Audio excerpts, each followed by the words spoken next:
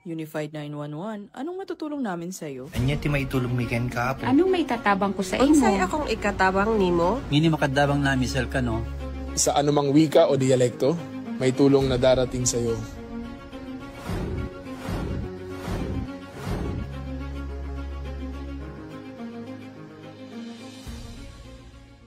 Lilingkod sa bawat Pilipino at magbibigay ng tamang impormasyon para sa tahimik at maayos na Pilipinas. Police News Network, alagad ng batas, tagapagtaguyod ng balitang pulis, sandigan ng mamamayan, patnubay ng katotohanan.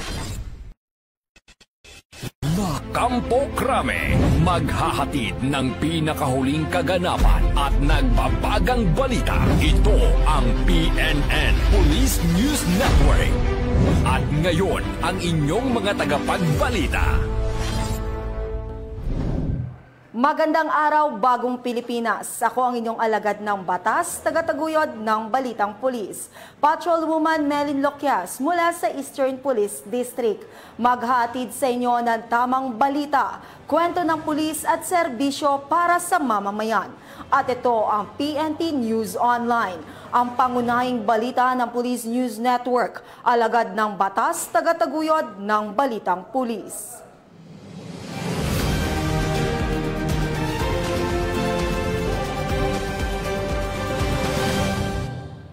Narito ang mga balitang dapat niyong abangan. 1 milyong halaga ng fully grown marijuana binunot ng pulisya sa Benguet. Kalahating halaga ng milyong halaga ng shabu na sabat sa matagumpay na drug operation ikinasa ng mga kapulisan sa Arevalo, Iloilo. Cebu Provincial Police Office naghanda na para sa pagsasaayos ng seguridad sa Undas.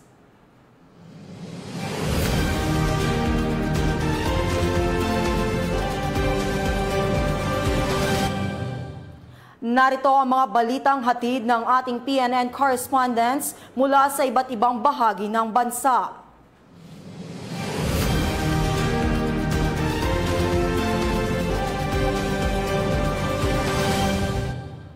Simulan natin ang balita mula sa bahagi ng Luzon.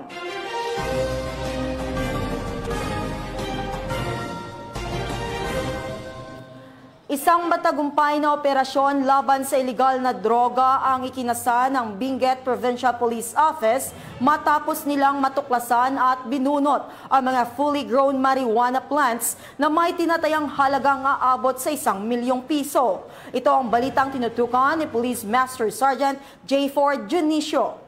Nadiskubre ang 1 milyong halaga ng marijuana plants sa isinagawang marijuana eradication ng kapulisan ng Benguet sa barangay Takadang, Kibungan, Benguet nito lamang Oktubre 28 taong kasalukuyan. Ang matagumpay na operasyon ay dahil sa pinagsanib na pwersa ng mga operatiba sa pangunguna ng Kibungan Municipal Police Station katuwang ang Philippine Drug Enforcement Agency CAR.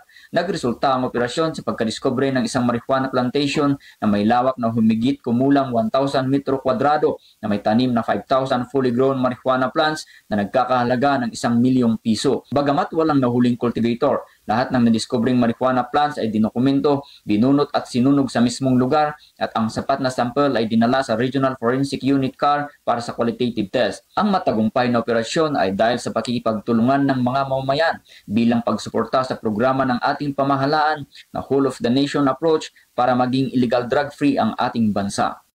Mula dito sa Police Regional Office Cordillera, home of the most disciplined cops, ako ang inyong PNN correspondent, Police Master Sergeant J4 Junicio, alagad ng batas, tagataguyod ng Balitang Pulis. Maraming salamat, Police Master Sergeant Junicio.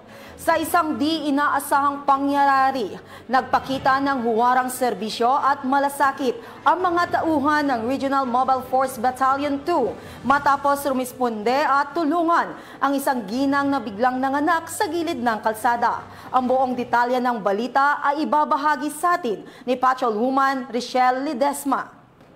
Muling makita ng deviating may malasakit ang mga tauhan ng San Luis Forward Operating Base 2 2nd Maneuver Company, Regional Mobile Force Battalion 2. matapos ang isang ginang na nanganak sa gitna ng checkpoint sa Barangay San Luis, Tuaw, Cagayan noong ika-28 ng Oktubre taong kasalukuyan. Habang nagsasagawa ng checkpoint operation, ang mga kapulisan ng nabanggit na unit, isang kulong-kulong tricycle ang huminto sa checkpoint. Nalulan si Ginang Natalie Z. Cabunag, 21 anyos, residente ng nasabing barangay, kasama ang kanyang asawa na si Ginoong Daniel R. Bumatay, 26 na anyos. Habang nakikipag-usap ang mga kapulisan sa mag-asawa ay bigla na lamang ininda ni Ginang Cabunag ang matinding pananakit at nagsimulang manganak. Walang atubili na tumugon si Police Master Sergeant Benjo Tumbali, Assistant Team Leader. At maingat na tinulungan ang ginang sa kanyang panganganak, ligtas na nailuwal ng ginang isang malusog na sanggol bandang alas 3:38 ng madaling araw. Kaagad din dinalang mag-ina sa Bulaga District Hospital para sa kaukulang medical na atensyon. Ayon sa ulat, nasa ligtas at maayos na kalagayan ang mag-ina. Pinuri naman ni Police Brigadier General Antonio P. Maralag Jr., Acting Regional Director ng Police Regional Office 2, ang kabayanihan at mabilis na aksyon ng mga tauhan ng Regional Mobile Force Battalion 2. Anya, ipinakitang malasakit at kabayanihan ng mga kapulisan ang kanilang taos-pusong serbisyo sa mamamayan. Tunay na may pagmalaki natin ang ganitong uri ng serbisyong may puso. Isang halimbawa ng ating advokasya tungo sa isang ligtas at bagong Pilipinas, dagdag ni Police Brigadier General Maralag. Ang insidenteng ito ay sumasalamin sa bagong PNP na may serbisyong mabilis, tapat at nararamdaman tungo sa ligtas na bagong Pilipinas. Dito sa Lambak ng Cagayan, ako ang inyong PNN correspondent, Patrolwoman Ledesma, alagad ng batas, tagataguyod ng Balitang Pulis.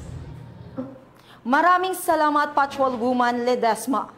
Isang malaking tagumpay ang naitala ng Angeles City Police Office laban sa iligal na droga matapos nilang maaresto ang dalawang itinuturing na high-value individuals sa isang buy-bust operation kagabi. Patrolwoman Gilly Peña sa balita. Dalawang high-value individuals ang naaresto sa isang matagumpay na anti-illegal drug operation na isinagawa ng mga tauhan ng Angeles City Police Office sa ilalim ng pamumuno ni Police Colonel Joselito E. Villarosa Jr., City Director sa tapat ng Tres Marias Resort, Phase 5, Barangay Kutud, Angeles City. Kinilala ang mga suspect na sina alias Jaime, 18 taong gulang, residente ng Hadrian Tree Mountain View, Barangay Balibago, at alias Kiko, 29 na taong gulang, residente ng Pinpin Compound, Sitio Pader, Barangay Pulong Maragol, Angeles City. Ayon sa ulat, isinagawa ng pinagsanib na puwersa ng City Police Drug Enforcement Unit bilang lead unit kasama ang City Intelligence Unit at Police Station 3 ang isang buy-bust operation laban sa mga suspect. Nagresulta ang operasyon sa pagkakaaresto ng dalawa at pagkakakumpiska ng tinatayang 100 grams ng hinihinalang shabu na may standard drug price na aabot sa 680,000 pesos. Ang mga naarestong suspect at mga nakumpiskang ebidensya ay dinala sa tanggapan ng Angeles City PNP para sa wastong dokumentasyon at disposisyon. Mahaharap sila sa kasong paglabag sa Sections 5 at 11 ng RA 9165 o ang Comprehensive Dangerous Drugs Act of 2002. Ang matagumpay na operasyon ay patunay ng patuloy na kampanya ng kapulisan ng Angeles City laban sa iligal na droga, alinsunod sa direktiba ni Acting Chief PNP Police Lieutenant General Jose Melencio C. Nartates Jr. na palakasin ang operasyon kontra sa mga gumagamit at nagbebenta ng mga iligal na droga upang mapanatili ang kapayapaan at kaayusan sa komunidad.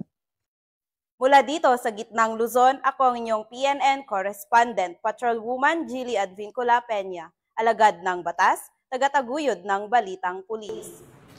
Maraming salamat, Patrolwoman Peña. Nagatid ng saya sa mga bata sa isinagawang Halloween trick-or-treat activity sa Police Regional Office 1. Police Corporal J. Del Mendo, ibalita mo.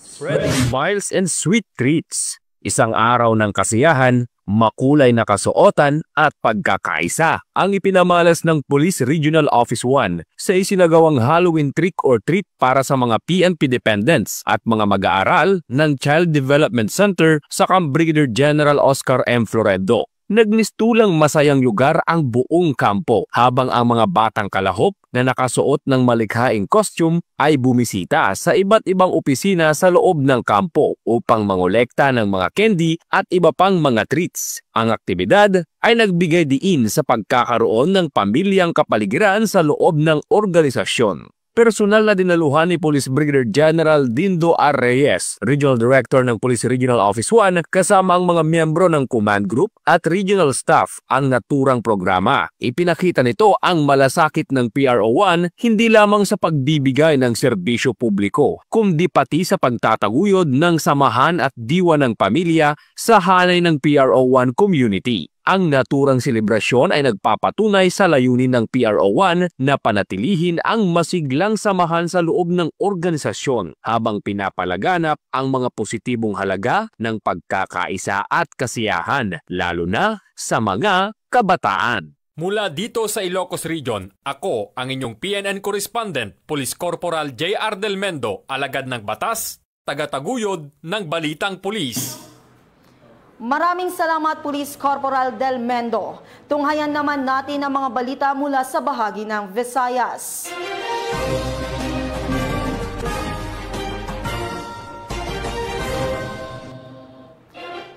Isang matagumpay na operasyon laban sa ilegal na droga ang isinagawa ng pulisya matapos makumpiska ang tinatayang kalahating milyong halaga ng shabu sa Arevalo, Iloilo. Ito ang balitang tinutukan ni Patrolwoman Julibel Alvior. Kasama ng operatiba ng Regional Police Drug Enforcement Unit 6, si Elias Ture at ang kanyang kasamahan sa isang matagumpay na buy-bust operation sa Sunset Boulevard, Barangay Suoc, Arevalo, pasado 1:00 ng madaling araw nito lamang 29 ng Oktubre taong kasalukuyan. Kinilala ang mga suspect na sina Elias Ture, 29 anyos, may asawa at 3 anak, delivery rider at residente ng Zone 5, Barangay Kalumpang, Molo, pangunahing target at alias Renel, 32 anyos, may asawa at 2 anak, tricycle driver at residente ng Barangay Santa Filomena, Arevalo. Ayon kay Elias Ture, napilitan naman siyang pumasok sa iligal na gawain dahil sa kahirapan at kakulangan ng kita bilang delivery rider. Inamin din niyang nagsisisi siya sa kanyang nagawang kasalanan at handang harapin ang mga parusa sa batas. Sa salaysay nito, ginagamit umano nila ang GCash para sa mga transaksyon at isinasagawa ang dead draft system kung saan pinagkakasunduan nila ng source kung saan nilalagay ang droga at pera. Sa naging pahayag ni Police Major Marvin Villanueva, Deputy Chief ng RPDEU 6, inilahad nito na halos 1 buwan nilang minanmanan ang mga suspect bago isinagawa ang operasyon. Dagdag pa niya, malawak ang sakop na operasyon ng grupo ni Ture, kabilang na ang ilang bahagi ng Iloilo City at ilang bayan sa probinsya. Nasamsam kay Ture ang isang sachet ng hinihinalang shabu na binili gamit ang 12,500 pesos na marked money. Nang siya ay kapkapan, nakuha pang 3 karagdagang sachet at 2 knot-tied na pakete ng shabu sa kanyang itim na sling bag. Samantala, 2 sachet pa ng hinihinalang shabu ang nakuha kay Renel na nakatago sa kanyang helmet. Nakuha rin sa kanila ang 2 Android cellphone at iba pang mga non-drug items. Sa kabuuan, umabot sa humigit kumulang 85 gramo ang timbang ng nakumpiskang droga na may tinatayang halagang 578,000 pesos.